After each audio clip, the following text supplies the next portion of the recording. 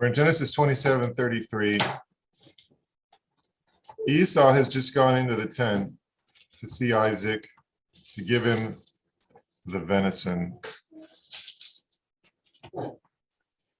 And Isaac has just blessed Jacob instead of Esau. And Isaac just realizes this all at once. And he trembles exceedingly, or he's seized with a powerful tremblings. Genesis 27:33.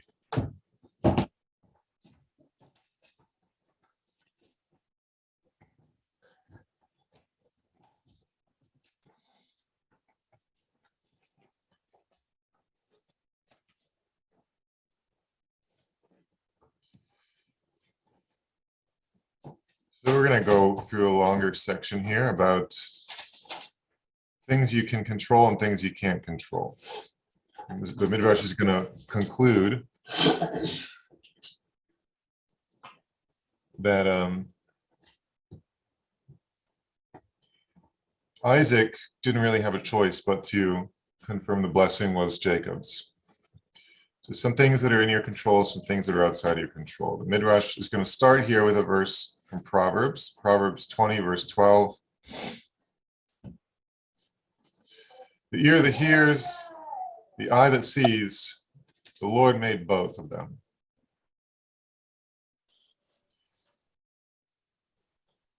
So that's an interesting verse because it singles out two things among many other things that God also made. And if God made the eye and the ear, certainly he also made, your hair and your feet and everything else. So the Midrash asks, is this it? He made the eye and the ear. Didn't he form all the other organs? What's the meaning of this? The hearing ear and the seeing eye. You find, the Midrash says, that 3 of man's organs, fashioned by the Holy One, blessed be he, are under the control of man, and 3 are not under his control. Man controls the functioning of his hands, his mouth, and his feet. How is that? In the case of his hands, if he desires to, he may devote them to sacred purposes, like building a sukkah, fashioning a lulav, a shofar, or tzitzit, fringes, writing the portions that are deposited in tefillin and mezuzah, right? So inside of tefillin, the boxes that go on the head and the arm, there's tiny little scrolls with Torah, little parts of the Torah written. Inside of mezuzah, there's a tiny scroll with in fact, the scroll is sort of the important part there. And where do those come from? Well, people write them with their hands. The sofer will write the scroll with his hands. So you can use your hands to do that. However, conversely, you can also, with your hands, steal, shed innocent blood, or attack travelers. Indeed, he can commit many transgressions with his hands. As to his mouth, if he desires, he can study the Torah, speak kindly, extol, praise, and pray unto the Holy One, blessed be he. And he can also sing psalms. Conversely, if he so desires, he can speak slanderously, blaspheme, and revile the Lord, and swear falsely with his mouth. What about feet? Well, you can use them to go about in the performance of good deeds, to visit the sick, comfort the mourner, bury the dead, and to do other charitable deeds. Conversely, if he so desires, he can use them to transgress, to commit adultery, to murder, to steal. So those are the organs under your control. Where you go, what you do, what you say. The organs not under a man's control are his eyes, his ears, and his nose. How is that? In the case of a man's eyes, he may witness the performance of a sinful deed, behold a repulsive sight, or see a man or a figure of authority he would prefer not to meet. Cops, I don't want to see any cops. As he walks through the marketplace. What alternative has he? He must see them even though it might be to his disadvantage. In regard to the ear, a man hears blasphemous or sacrilegious remarks or other things he does not wish to hear. What can he do? He hears them even though he does not desire to. As for the nose, a man walking on a highway smells unclean, cooking idolatrous incense, or the filth in the street, even though it is distasteful to him. What alternative has he? He smells it even though he doesn't want to. So we have things that are under your control and things that are not under your control. Now the Midrash is going to he's going to pivot here. It says, when the Holy One Blessed, he wants to even the organs within your control might be taken out of your control. Your hands, your feet, your mouth. How do we know this? We know it from Moses, Balaam, Jonah, Jeremiah, and Jeroboam. So now it's going to give us all these examples. How do we know it about Moses? Well, Shmuel, son of Nachman, said, the Holy One, blessed be he, tried for 7 days to persuade Moses from the midst of the burning bush. We don't get this from the English. You probably didn't read through the Moses in the burning bush passage and think, that was about 7 days worth of arguing. Right. It comes from when Moses, I think he says yesterday and the day before, that's like 3 days. And then that gets doubled because of another word there. And they come up with 7 days. It's similar to how they get the number of spices for the incense in the temple. You know, it really doesn't list all the spices that we have in the Mishnah. It doesn't list all of those in the Torah, but it derives it. The plural word spices must mean so many, and then gets doubled. And just looking for little clues in the Hebrew. So God tries for 7 days to persuade Moses to go to Pharaoh. Moses replies, I'm not a man of words, neither heretofore nor since you have spoken to your servant. More literally, not since yesterday, not since the day before yesterday, not since. This verse indicates the Holy One must be tried for 7 days to persuade him to go to Pharaoh. He replied, send please whomever you will send. In other words, send somebody else. The Holy One, blessed be he, rebuked him, saying, do you believe that your feet are under your control? Thereupon Moses went to Pharaoh against his will. In the case of Jonah, the Holy One, blessed be he, said to him, arise, go to Nineveh. But Jonah rose up to flee to Tarshish. He went down to Joppa. Ultimately, God inflicted on Jonah all the terrors of the sea. The fish swallowed him, and he cried out to the Holy One, blessed be he, from the belly of the fish, and the hair of his head and beard fell out because of the heat within the fish's belly. Finally, he went to Nineveh, even though he did not want to. In the case of Jeremiah, the Holy One, blessed be he, told him, before I formed you in the belly, I knew you. Before I created you in the womb, I selected you. And Jeremiah's response is, I don't know how to speak, for I'm still a boy. It's the verse after that. And then God responds, don't say I'm still a boy, but go wherever I tell you. Just say whatever I say you need to say. In other words, the Midrash says, against your will you will go, and against your will you will speak.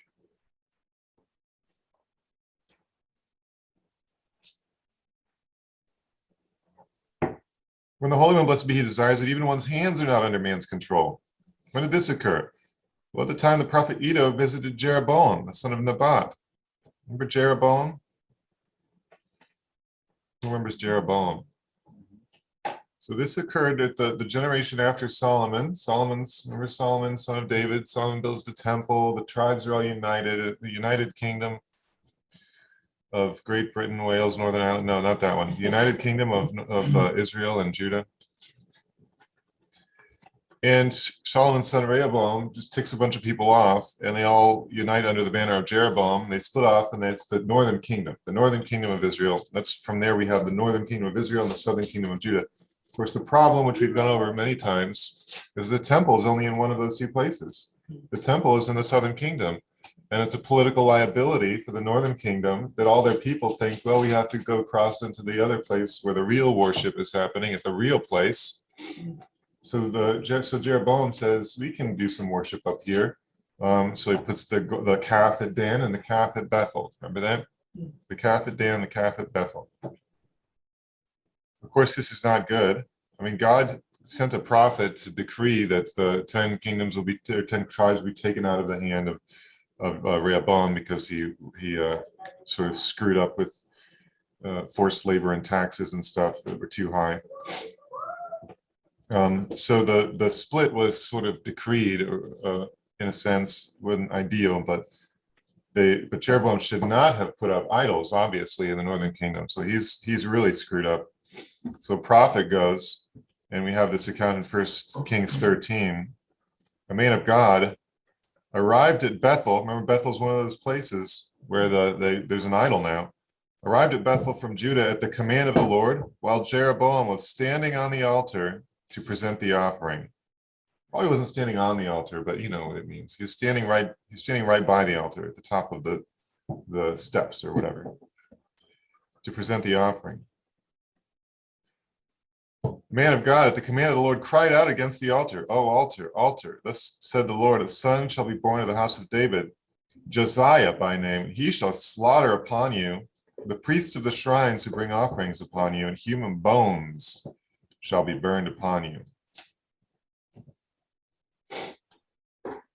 Fairly straightforward. You know, Josiah eventually there's a big reform under Josiah, and some good stuff comes back that had gone away, and some idolatry goes away. And so this is prophesied way back in 1 Kings 13. But the question the Midrash has is when Edo, this prophet, is prophesying to Jeroboam, prophesying in front of Jeroboam to the altar, he says the word altar twice, right? Mizbeach, Mizbeach, altar, altar. Why does he say it twice? Well, the Midrash says, because this one at Bethel wasn't the only one. Jeroboam built two of these things, but one at Bethel and he built one at Dan. So he's talking to both of them. Now he says, men's bones, human bones, will be burned upon you. Midrash says what he really meant was Jeroboam's bones. It's really it was his fault. But the Midrash says he didn't say Jeroboam's bones. He said men's bones, to emphasize that the prophet was respectful toward the government. Respectful toward there's little drops of that throughout the Old Testament. And Proverbs, it says, don't curse the king, because a bird will hear it and go fly and tell what you've said. So Jeroboam, the Midrash says, Jeroboam said, "That man is a fool." Whereupon the prophet replied, this is the sign or the portent that the Lord has decreed. The altar shall break apart and the ashes on it shall be spilled. It came to pass when the king heard what the man of God had proclaimed against the altar in Bethel, Jeroboam stretched out his arm above the altar and cried, "Seize him." But the arm that he stretched out against him became rigid and he could not draw it back. One of the translations says the arm or the hand dried up. So it kind of withered and dried up, so he couldn't move it anymore. He couldn't pull it back to his body. It stayed stretched out like this. The Midrash wants us to realize here, his hand didn't dry up when he used it to make sacrifices to idols, but when he pointed at the prophet and said, "Seize him," that's when his hand dried up. The Midrash says, from this you learn the Holy One, blessed be he, was more concerned about the honor of the righteous man, the prophet, Edo, than about his own honor. Idolatry is an affront to God's honor, a personal affront to God's honor. But Jeroboam did that all the time, and it doesn't seem to, there was no, miraculous hand withering. But as soon as he points at one of the prophets, that's a problem. His hand withers. So God is concerned for the honor of the righteous man. The prophet exclaimed, "Do you believe that your hand is under your control?" I don't think that's actually in the, it's not, but the Midrash is putting it in there. because the point it's making is sometimes your hand does things that you don't want it to do. If God decrees it, your hands might have to do something that it's out of your control, just like Jeroboam couldn't bring his hand back. Of course, then Jeroboam says, can you ask God to make this not happen anymore? Pray for me that I'd be able to draw back my arm. Of course, it goes on from there. The Midrash keeps going. Similarly, one's feet are not always within one's control. There's a biblical verse that confirms this. Proverbs 20:24, a man's steps are decided by the Lord. What does a man know about his own way? Frequently, a man will depart upon a journey without knowing his ultimate destination, whether it will be for good or for evil, for death or for life. The Midrash brings this story. The beginning of this story is incredibly familiar to all of you. So Elisha's there, and the Arameans are attacking, right? And they've surrounded everybody. They surrounded the town that Elisha is in. Elisha's servants like, what are we going to do? And Elisha says, we actually have more people than they do. And he prays that the servants' eyes will be opened. And then he saw the hills, all the hills all around Elisha covered with horses and chariots of fire. This is a story that we've all heard. It's a nice Sunday school story. We like these miracle things that happen. However, the story keeps on going, and most of us didn't keep reading. The Arameans came down against him. Elisha prayed to the Lord, please strike this people with a blinding light. And he struck them with a blinding light, as Elisha had asked. And then Elisha talks to them. He says, this is not the road, and that is not the town.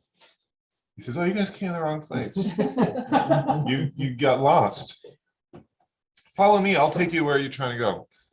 And he led them to Samaria. And when they entered Samaria, Elisha said, oh Lord, open the eyes of these men that they may see. And Lord opened their eyes and saw that they were in Samaria. The king of Israel saw them and said to Elisha, Father, shall I strike them down? And he said, no. You don't take captives so you can strike them down. Feed them, set food and drink before them, let them eat and drink and return to their master. So he prepared a lavish feast for them, and after they'd eaten and drunk, he let them go. And the Arameans stopped invading. That guy's cool. We don't want to invade him anymore. Yeah. So treatment of prisoners of war is there in the Tanakh, an interesting story. Why? Treat them well, and maybe they won't want to attack you again. We did that in World War II a lot. We'd get a Nazi, the high-ranking Nazi, and the best interrogator in England. What he would do is he'd just walk around town with them, show them the sights, and wine and dine them, and he'd treat them nice. And eventually they'd be like, I guess the Brits aren't so bad. And he'd become friends with them, and of course, then he'd get all the intelligence he wanted.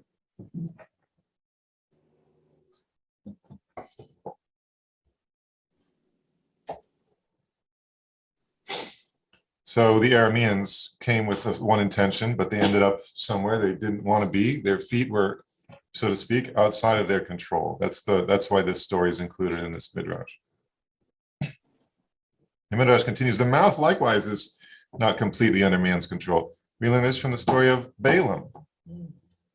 Right? It was Balaam he opened his mouth to curse, but God turned the curse into a blessing, like in his mouth. It's also true of Isaac. And this is why this story is in the Midrash here, because we're on this verse of Isaac trembling, right? The Midrash says, when Esau entered and Isaac realized what happened, he wanted to curse Jacob for tricking him. But when he opened his mouth to say, cursed shall he be, God called out to him and said, what do you intend to do? Do you believe that your mouth is under your control? Thereupon, Isaac reconsidered and said, blessed shall he be. Thus it is said, the hearing ear, the seeing eye, the Lord has made even both of them. So this is an interesting section in the Midrash. It sort of touches on an idea that it's not just in Judaism, it's everywhere. But the tension between human free will and the divine plan, or God's providence, or predestination, these ideas that God sees the end from the beginning. Well, if God already knows everything that's going to happen, do I really have a choice? And the Pharisees were the ones in Jesus' time who said, yes, you do have a choice. Even though God knows everything, sees everything from the beginning, you still have a choice. You can still pick what you're going to do. Whereas the Sadducees said, nope, it's all predestined. No one really has any choices. And Judaism today and the New Testament are both very clear that you do have choices. You can choose life, you can choose death, but it's in your power to choose whether you're going to do right or whether you're going to do wrong. However, you also find that sometimes you don't have a choice. Sometimes you don't have a choice. Or sometimes your choices, you may have a choice, but it's more limited than you would want. You maybe only have a couple of choices. You have a couple of choices that look bad, and you got to pick up the better one of the two. And that's a little bit more, that's part of how God's providence and our free will intersect, right? It's not in God's plan that I would go to Harvard or whatever. Doesn't matter how many times I apply, I can't choose that. I can't make that choice. There's some choices that you can't make. You're limited in your window of choices that you can make, maybe more limited than you think. It gets clearer how limited you are the older you get, right? When you're a teenager, you might think I could go to the NBA, right? Or I could be like the karate champion or whatever. You get to be a little older and you think I can't be an athlete. It's not in the cards for me. And it probably never was. We're just thinking a little more realistically now that we're adults. And the Midrash here uses these examples to sort of illustrate, there's some things you can usually control and some things you can't usually control, but even the stuff you can control, you can't always control. You might find yourself somewhere just because God wanted you to be there, and maybe it's an opportunity, maybe it's a punishment, whatever it is, though, it just happens, it happened. A lot of times you can figure it out. Yeah. Right. You know you're there, but you don't know why. True, yeah. Sometimes you never figure it out. Yeah, not in this life. Exactly. I think we need to have that in mind. There's a lot of there's people talking all the time about everything, and one of the things that you hear often is, well, they should just do that. They should just, the homeless guy should just get a job or whatever. It's like, that may not be a choice available to that person right now. So to walk in their stinky clothes, not having showered for a month, and having no phone number to call and no address, and just give you a job. Okay, since you asked, I have to give it to you, right? Not everyone's in control of their circumstances. Even the basic stuff of what their hands, their feet, and their mouth are doing.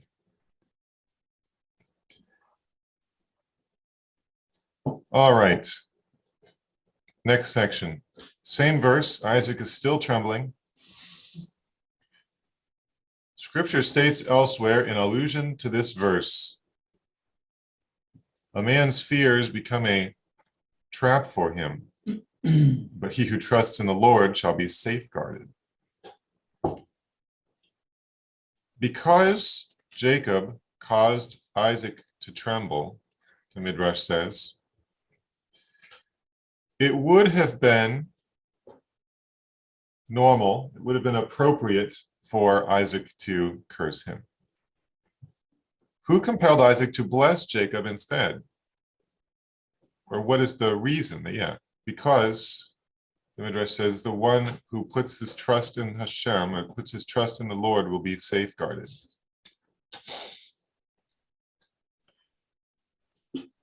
I just don't understand why God didn't make Jacob come out first. So, why go through? Yeah. If he He has a wanted him to plan. get the blessing, why did he just let him be born first? He was showing us something. Yeah. right. So Yeah. again, Edom or Esau in Jewish, I don't know if theology is the right word, but in Jewish thought, traditionally Esau is the great empires and kingdoms of the West. The Roman Empire and everything that came from that, which is, today it's all the countries of Europe, and it's us, and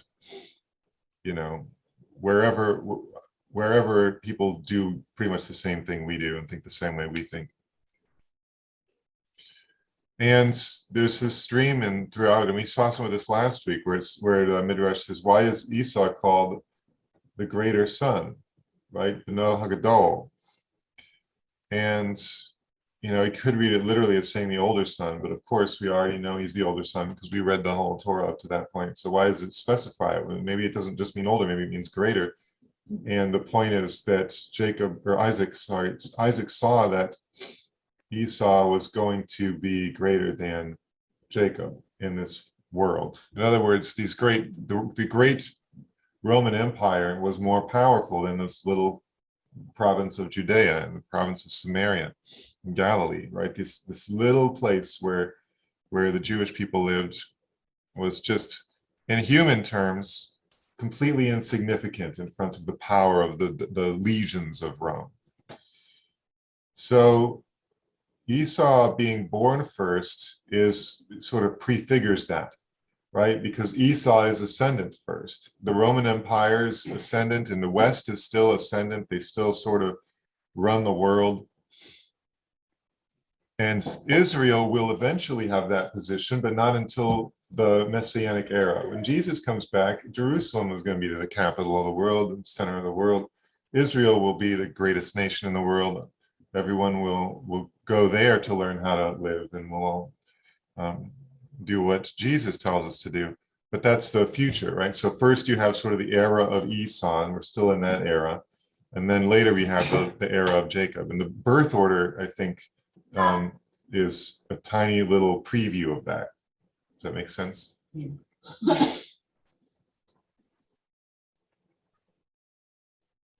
So I think what the Midrash is saying here is that because Isaac trusted in the Lord,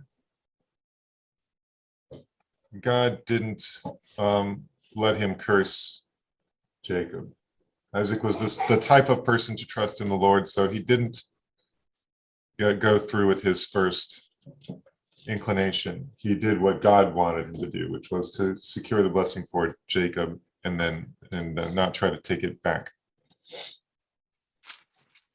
Rabbi Levi said the name of Rabbi Chama, son of Hanina.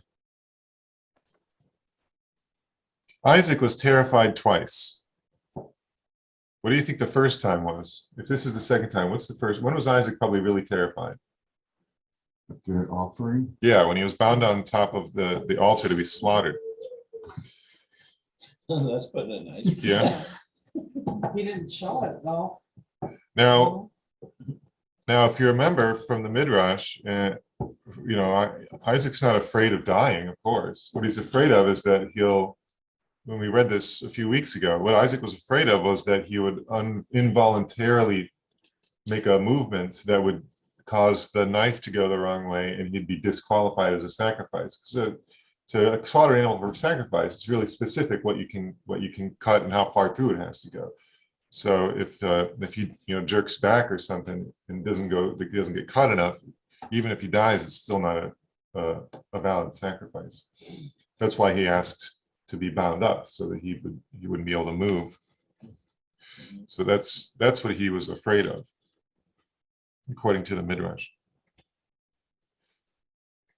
Now, Rabbi Levi continues, there's no way of knowing which one frightened him more, but this verse does have this word powerful or exceedingly. It's actually that same Hebrew word, gedola. It's a powerful fright. So you may presume that this was the more terrifying experience. Which one? This one where he realizes that he's blessed the son he was not planning on blessing. So why would that be more terrifying? That doesn't make no sense, because that's not a physical thing unless he's. Yeah. I don't know exactly what about this would have been terrifying for Isaac. It's possible that his first thought, which was that he was upset with Jacob and wanted to curse Jacob, it's possible that God he spoke to him about that in such a way that he was frightened. Like, oh my gosh, I can't believe I almost just went against God's will and cursed the son that was supposed to be blessed, That makes etc. sense. That could be it, but I don't know. Another Midrash says something that I haven't been able to figure out exactly how it relates to the rest of it. We'll read through it. The Holy One, blessed be He, said to Israel, because of the evil inclination, you do not walk my path in this world, or pursue my ways in this world. In other words, everybody sins. Not everybody's doing what they're supposed to do. But in the future, and as Ezekiel says, I'll put a new spirit within you. I'll remove your stony heart out of your flesh, and I'll give you a heart of flesh. I don't know why that's here, but there it is. Next section. This one's not attached to any specific verse in Genesis. It's attached to Psalm 121, which is a song that's inspired about 100 praise and worship songs. I will lift my eyes to the mountains. From where will my help come? My help comes from the Lord, maker of heaven and earth.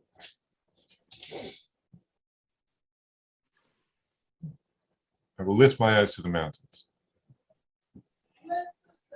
Scripture alludes here in the Psalm, Scripture alludes to the verse in Zechariah 4, verse 7, which says, whoever you are, O great mountain in the path of Zerubbabel, turn into level ground. For he shall produce that excellent stone, it shall be greeted with shouts of chen, which can mean a lot of things. Can mean, it's translated here as beautiful, can be translated as grace or favor as well.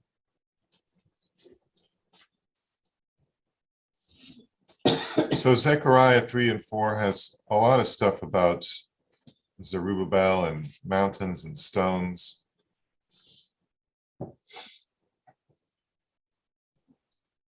The Midrash says this verse refers to the Messiah, the descendant of David. Why was he called a great mountain? Because he will be greater than the patriarchs. As is said, behold, my servant shall prosper, he shall be exalted and lifted up, and shall be very high. That's Isaiah 52.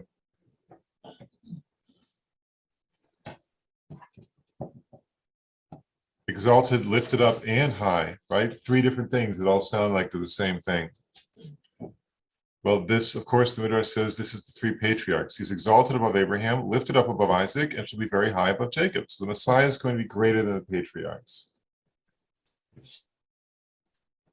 He shall be exalted above Abraham, concerning whom it is said, I have lifted up my hand unto the Lord, or I have sworn unto the Lord. Lifted up above Moses, of whom it is said that you should say to me, carry them in your bosom. In other words, if the children of Israel, carrying the children of Israel, as a caregiver carries an infant. This is Moses talking to God, saying, why are you giving me the responsibility of carrying this entire people? You're the one who, I didn't produce this people. That's you made this people.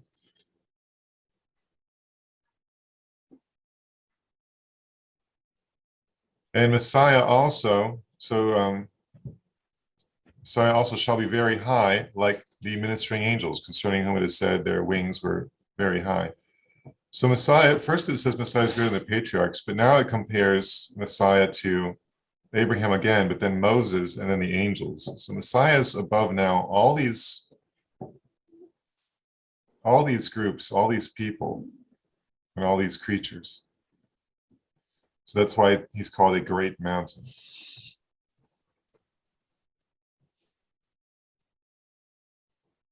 Now this mountain, just get in, yeah, it does. Okay, we'll wait till the Midrash brings it up. But you remember some stuff about Messiah being a mountain. We're going to get to it in a second. From whom will the Messiah descend? From Zerubbabel. and he is indeed in the genealogies, right? Why was Zerubbabel called Zerubbabel? Man, it's a hard name to say. Because he was born in Babel. He was born in Babylon. From whom did Zerubbabel ascend? From David. Right? So this is the line of Davidic kings. Zerubbabel is in the line of Davidic kings. If there were a king during the time of Zerubbabel, it would have been him. Say it 4 times in a row. Zerubbabel. It's actually not even a hard B. It's Zerubbabel in the Hebrew. So the Midrash here points to the genealogy, starting with Solomon and then going through Rehoboam. It goes all the way down through a guy called Anani.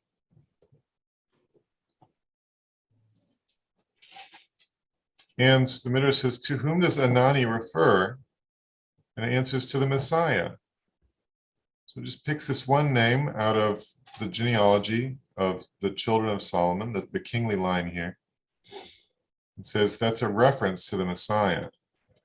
And there's evidence it points to Zechariah 4:10, which says, does anyone scorn a day of small beginnings? When they see the stone of distinction, which might be a reference to a stone hanging at the bottom of a string to hold the string straight up and down like a plumb line so you can see if something's level this way.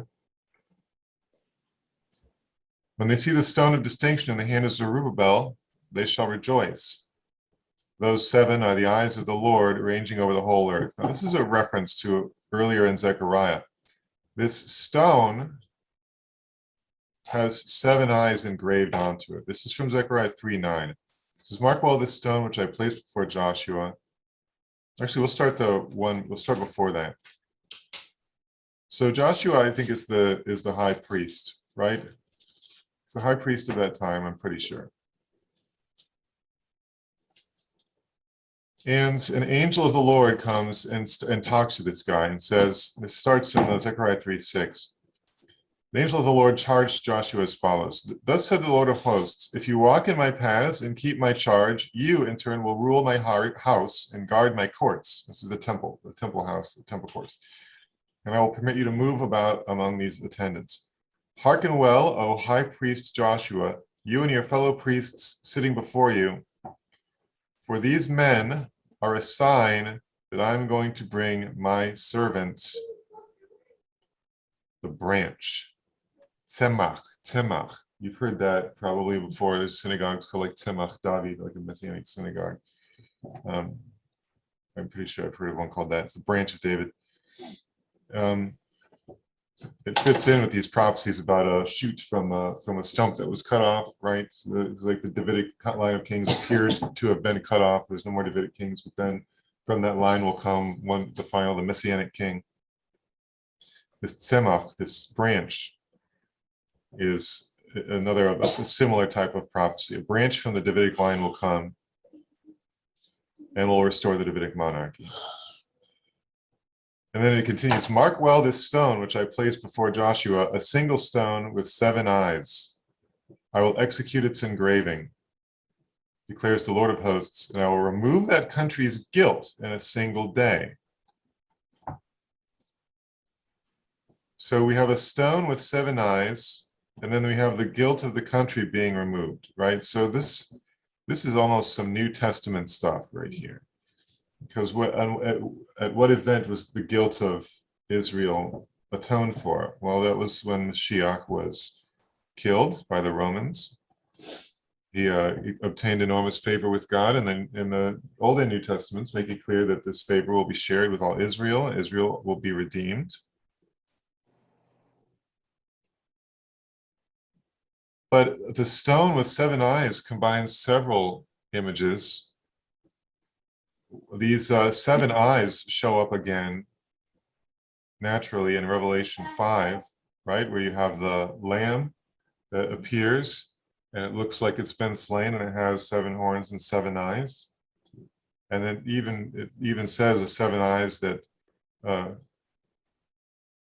let me make sure I get this. The 7 eyes are like represent 7 spirits that God sent out into all the earth. It's really similar to the 7 eyes of the Lord ranging over the whole earth in Zechariah 4:10. It's a clear reference to Zechariah 4:10.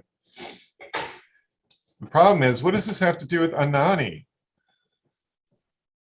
The Midrash got here by saying, who's this Anani in 1 Chronicles 3:24? Oh, it's a reference to the Messiah. Remember, because in Zechariah 4:10 it says, there's a stone with 7 eyes engraved into it. They're the eyes of the Lord ranging over the whole earth. What does that have to do with Anani? Well, if you're reading it in Hebrew, I'm pretty sure that the connection here is this word eyes. Because Anani is ayin, nun, nun, yod. Eyes is ayin, yod, nun, yod. Very similar. Same 3 letters. Make up both words. Eine is word for eyes, and Anani sound pretty different in English, look really similar in Hebrew. Switch out one yod for a nun, and you can change one to the other.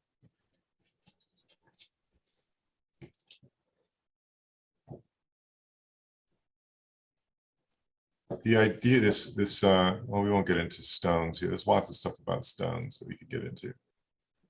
But when Jacob puts his head on that stone at Bethel, maybe the Midrash will revisit stones when we get there in the narrative.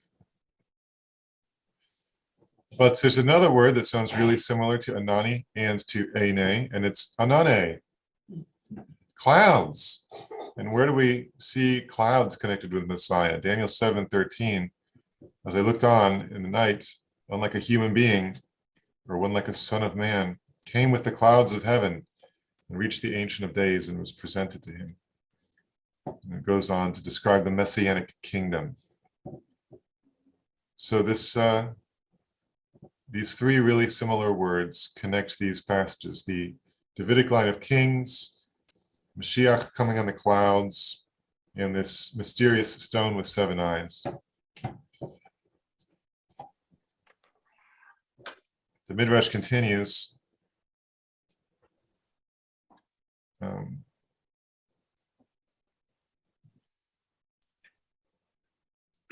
It gives us a couple other verses about Mashiach, right? He's going to judge the poor with equity and decide with justice for the lowly of the land in Isaiah 11:4. Then he brings forth the top stone. He brings forth that excellent stone with shouts of chen, chen, grace, grace, right? But then we have this fun verse. Midrash brings this fun verse from Daniel chapter 2. So you remember this vision, or was it a vision or was it a dream? It says both. Daniel 2:28. This is your dream and the vision that entered into your mind in bed. Daniel comes to Nebuchadnezzar. You all remember the story. Nebuchadnezzar says, I had a dream, but you have to tell me what the dream was and then tell me what it meant. And everyone says, you have to tell us the dream first. Except for Daniel. And Daniel says, I can tell you the dream and I can tell you what it meant. And Daniel says, there was this great statue and it had a head of gold and its chest and arms of silver and its belly and thighs of bronze, legs of iron and its feet part iron and part clay.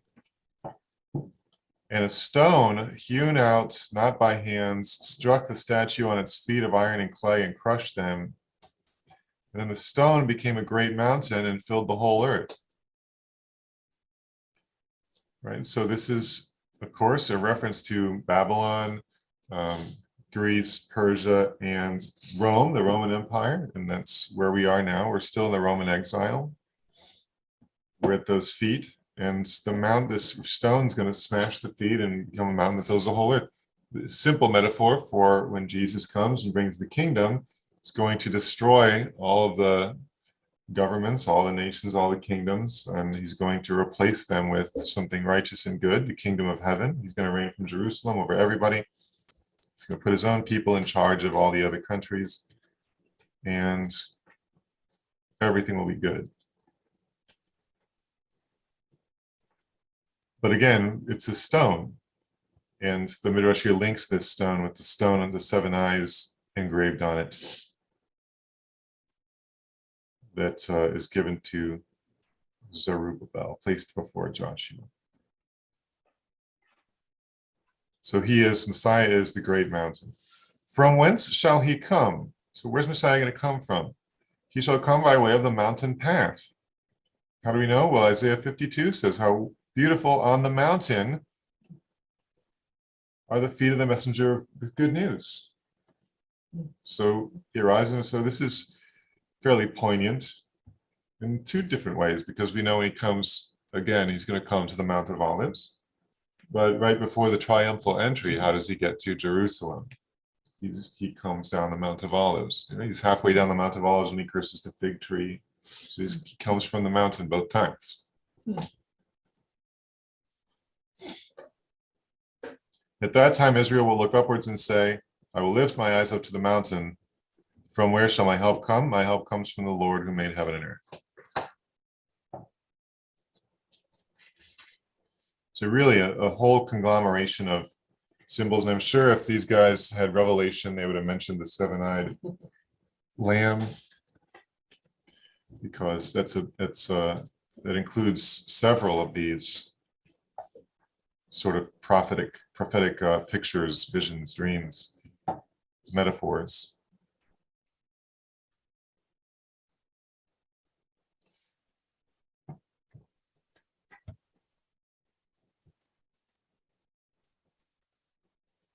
All right, we're moving into the next section. So we're going to a different verse. Jacob is going out from Beersheba. This is Genesis 28:10.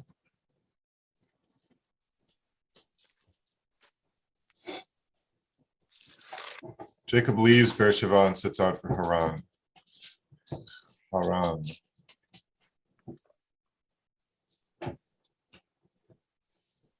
He needs to go find a wife, right? So he's leaving home to go find a wife. He's going to go to Laban, pick a daughter.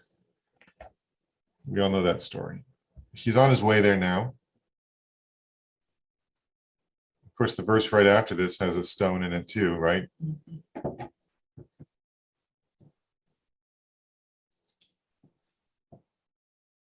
Midrash says, may it please our master to teach us where a man who has unintentionally taken the life of another man may take refuge. Thus do our masters teach us, a man who has unintentionally killed another person may take refuge either in one of the three cities of refuge in Transjordan or in one of the three cities in Canaan. Right? Bezer, Ramuth, Golan, Kadesh, Shechem, Hebron. Our patriarch Jacob took refuge in Haran.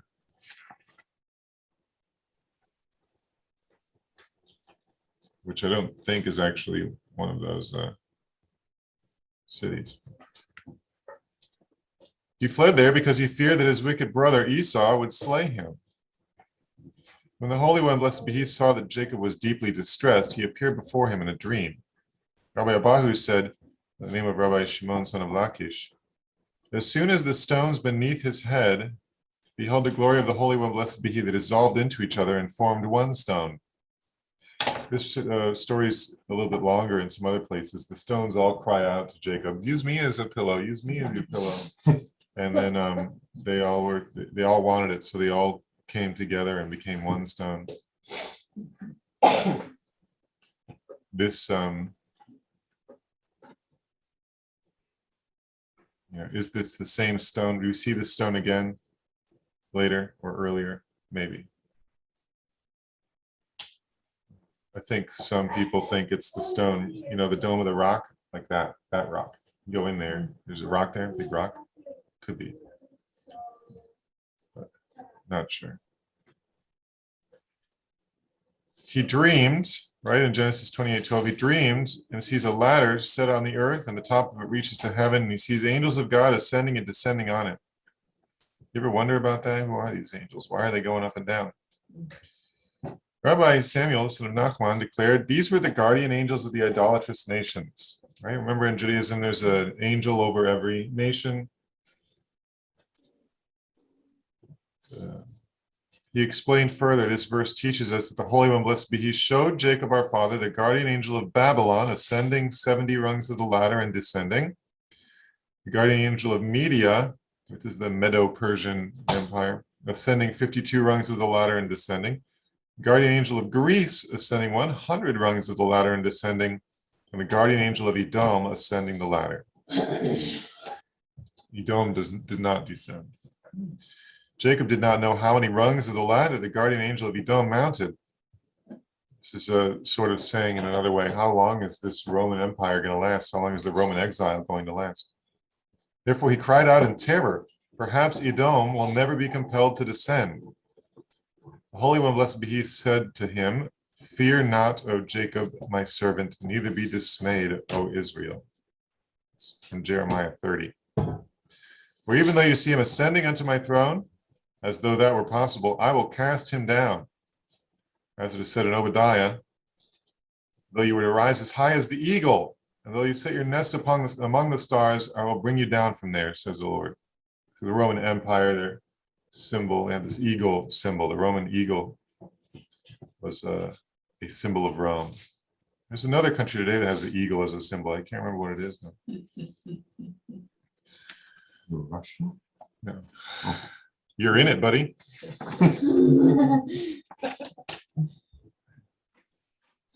Why would they have something that nice? They have the same colors as we do. Yeah. Yeah, red, white, and blue. Yeah, as you could see It's in rushing out of you. Putin's extravaganza yesterday. Yeah, wearing that Laurel piano coat. Yeah, I'd like to have one of those if I had $14,000 for a coat. Get a big puffy Laurel piano coat. So Rabbi Berechia, in the name of Rabbi Chalbo and Rabbi Shimon, son of Yosina, maintain this verse indicates the Holy One, blessed be he, who showed our patriarch Jacob the guardian angel of Babylon ascending and descending, guardian angel of Media ascending and descending, the guardian angel of Greece ascending and descending, the guardian angel of Edom also ascending. It says descending here, although it didn't look like we saw that. The Holy One, blessed be he, then said to Jacob, it's your turn. Why don't you go? Your turn to ascend. Whereupon our patriarch Jacob became distressed and asked, shall I too be forced to descend just as these are? In other words, he doesn't want to go up if he's going to have to come back down. The Holy One, blessed be he, responded, if you ascend, you will not be compelled to descend. Nevertheless, he did not ascend, for his faith was not sufficiently strong. This is an interesting idea. This is one of many points in Jewish history that I think you could point to and say, it almost happened then, right? There's an idea in Judaism that if Adam could have not screwed up for like a day, everything would have been perfect. Everything would have played out with no sin, and all creation would have come back to the source in a perfect way. And all of this is a detour just because he ate the fruit. There's an idea in Judaism that Hezekiah was going to be the Messiah. The forces of Sennacherib were driven away, and he was just primed and ready. All the stars were aligned, but then he showed some people in the treasures in the temple and the ark and all of this stuff. And because he did that, he couldn't be the Messiah. And time just kept going on. Of course, we have when Jesus came, that he brought an offer of the kingdom. Everything could have been resolved then. The Messianic era could have started then. You have a lot of these times in Jewish history where the sages, the rabbis, will point to, obviously they wouldn't point to Yeshua, but we know, and say, the Messianic era could have started then. I wonder if this is one of those times. If Jacob would have climbed the ladder, we wouldn't have to deal with everything else that's happened since then. But because he didn't have enough faith, his faith was not sufficiently strong. He's one of the patriarchs. I mean, he's one of the greatest personages in all of Jewish history. Nevertheless, his faith wasn't strong enough to ascend this ladder, climb directly into heaven. Also reminds me of the Tower of Babel, right? They went through all this trouble to build a tower to get to heaven, to the heavens, or to get to wherever God lives. And God had to destroy their ability to communicate before they could finish the project. Because who knows, maybe they would have been able to do it. I don't know. Seems like you could have just waited until they figured out it doesn't matter how tall this thing goes, we're not getting anywhere. So that's why but then for Jacob, God just sends a ladder down. He's like, well, let's go. You don't have to build a tower. In fact, here you go. Ladder unfolds.